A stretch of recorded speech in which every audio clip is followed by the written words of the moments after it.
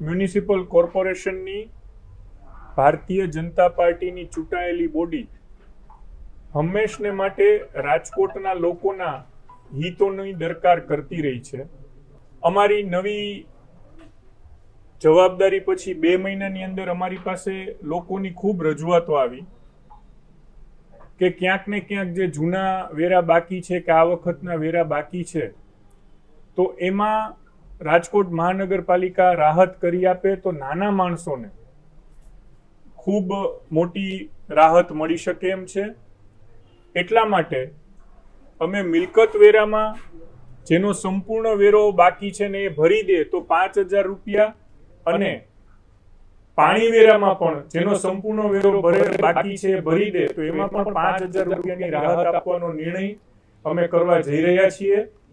આ નિર્ણય ભૂતકાળમાં થયેલો હતો, પરંતુ સમહાવ એનું અમલવારી અટકી ગઈ હતી.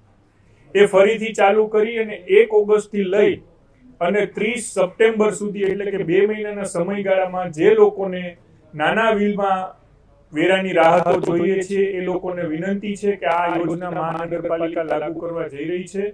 તો આપ પણ આપના ટેક્સમાં વ્યાજની જે કોઈ માફી છે એ બચાવી અને તાત્કાલિક વેરો ભરી આપશો, જેથી આપને પણ સરળતા ભવિષ્ય માટે રહે.